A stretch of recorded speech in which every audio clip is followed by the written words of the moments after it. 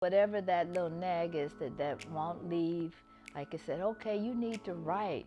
Just write poetry, write poetry, dance, just dance, just dance. I call that the nag.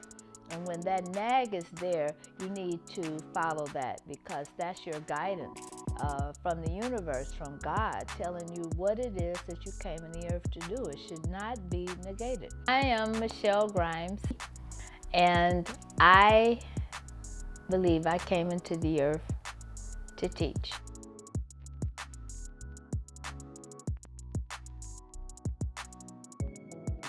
Today we meet Michele Grimes, a retired school teacher whose life of learning and growing alongside the trials and tribulations of life have taught her a lot about what it means to be resilient. Now a part-time yoga teacher and life coach, Michele walks us through the story of her life and tells her story of strength, overcoming hardships, and resilience. In addition to being a teacher, Grimes is a Christian and spiritual being whose faith and NAG, her now accepting God philosophy, has helped guide her through a decades-long career in education, as well as the tough ups and downs of life. For Michele, the NAG pushes her to live her life's passion, teaching. This steadfast belief in her life's purpose and her faith has helped guide Michele through some of her life's toughest challenges. I've been teaching since high school and in Sunday school. And when I went on to college, I decided that I would become a school teacher, elementary school teacher, which was very challenging. But for some reason, I wanted to do that. It just felt right. I just felt I had a lot to give as far as life experience and sharing with others, and for me to learn from whoever is in front of me also. I thank you that something is done or said that will help everyone present to go forth and enjoy their day. Growing up, I hated the way my parents got along. They argued. Oh boy, did they argue.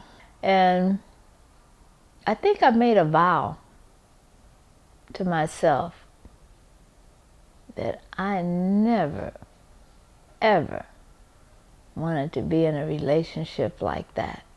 Growing up, my mom always told me, Michele, I was like 4 or 5 years old, Michele, you got to go to school and get your education. You don't need no man to live in this world. You need to be independent. You need to be able to take care of yourself. And I think that helped. Me not getting married, she was adamant, you going to college. She helped me to become determined to be independent. With the way they acted and the way they argued over money, it was no joke. It was heart-wrenching. It was my determination.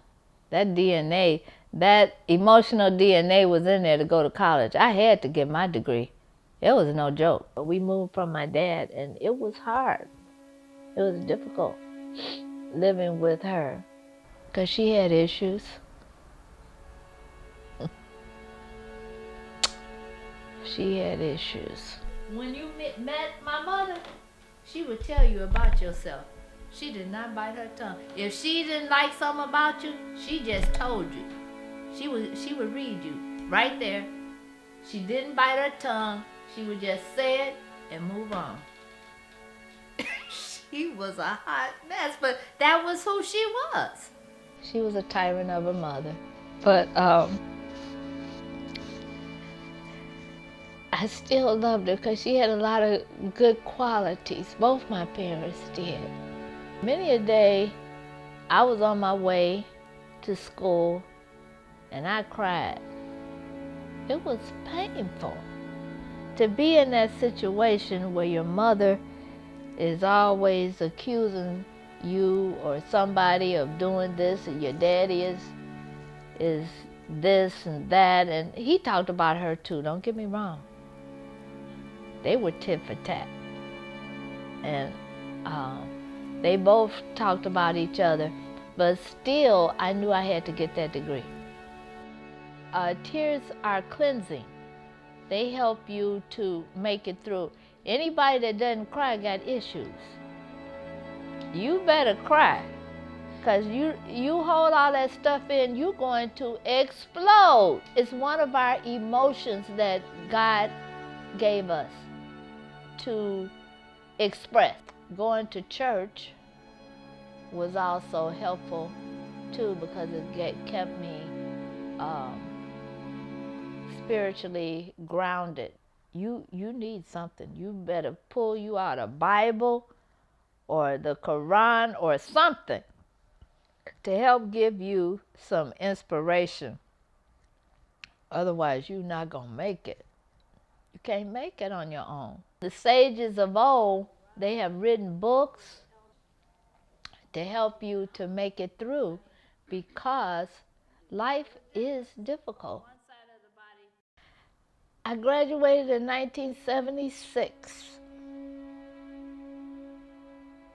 That was the year my aunt died. And that was my mother's best friend. And she was such a force. She was such a force in our lives. That was the last year we were all together. It was so painful when she died, because we weren't expecting her to die.